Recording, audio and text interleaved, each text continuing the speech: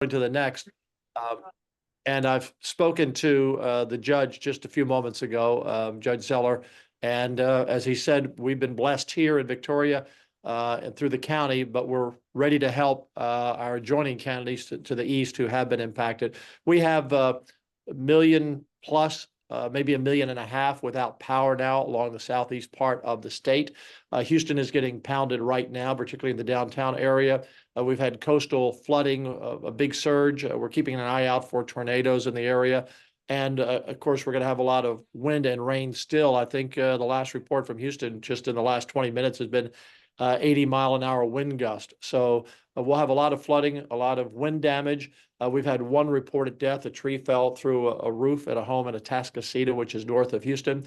And now what we're also watching is for our friends and neighbors to the north, because as this storm leaves the greater coastal and Houston area late this afternoon or early this evening, it's going to be heading towards areas like Tyler and Longview and Lufkin and Texarkana, and they could have 6 to 12 inches of rain.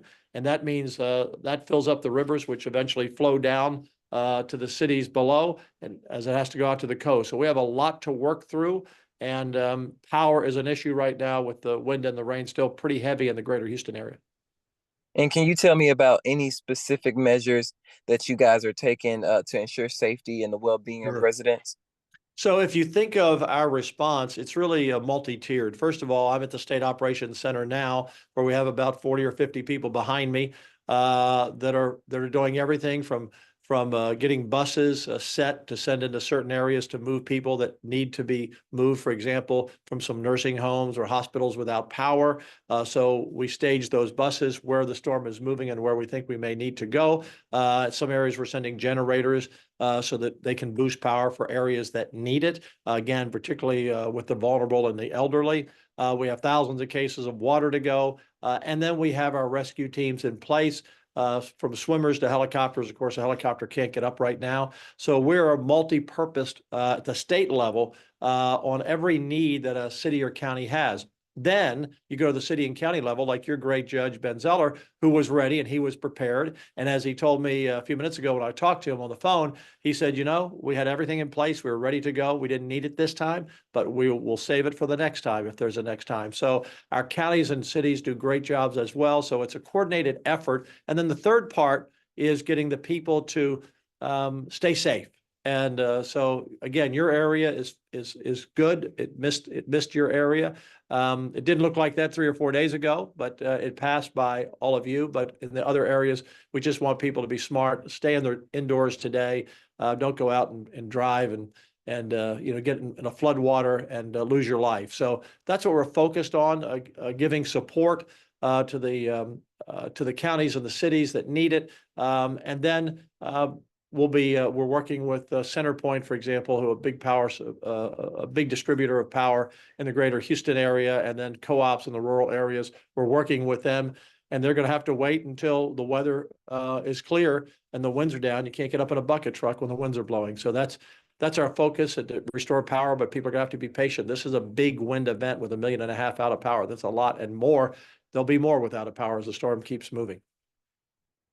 And you said you're talking about your collaborations. Are you guys collaborating with any federal agencies to get some of this stuff cleaned up? Sure. Well, FEMA, and we have FEMA behind me, a couple of representatives from the federal government. You have to have damage of $54 million or more before FEMA steps in to help us at the state level. That would be government building, public structures. That doesn't count private. People have their business insurance or homeowners insurance, but FEMA will step in really more after the fact, but they've been here preparing with us. So they'll be there when we need them, and we work well with them. And some of the FEMA people live in Texas, so they're here to help as well as those who've come in from other states. Well, the good news is you were spared of the storm, and we appreciate visiting with the governor. I mean, the judge earlier, Judge Zeller, and his offer to help those in need in your surrounding counties.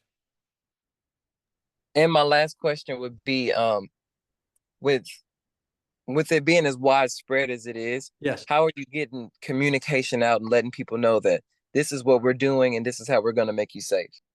Yeah. So this is one of the ways to have an opportunity to get on radio and TV stations and spread the word. And the other part of that, by the way, is look, there are a lot of people, since 1 million don't have power, 1.5 million don't have power, they can't, they're not hearing anything or seeing anything. So I asked the people watching us right now in Victoria, if you have friends and relatives, to kind of give them your own report from what I've just shared with you. And if you have friends and relatives up in Northeast Texas, tell them, hey, I know the storm's not there yet, but 6 to 12 inches of rain and flooding is coming because your ground's already saturated. So make sure they're going to be staying in later today and this evening and not out and about.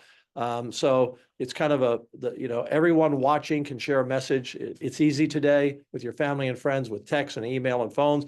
Some don't have internet service right now, but at least you can try to your friends and folks in other areas. And so we get the message out. And then of course we're in constant communication with the county judges and the mayors and their emergency managers, and they get in touch with us and call and say, here's what we need. I just got off a call with Fort Bend County, for example, their county judge and emergency manager, and they needed some specific things. So we're in constant communication.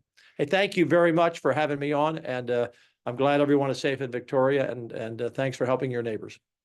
Thank you for talking to me. I truly appreciate it. Yes, sir. You have a good one.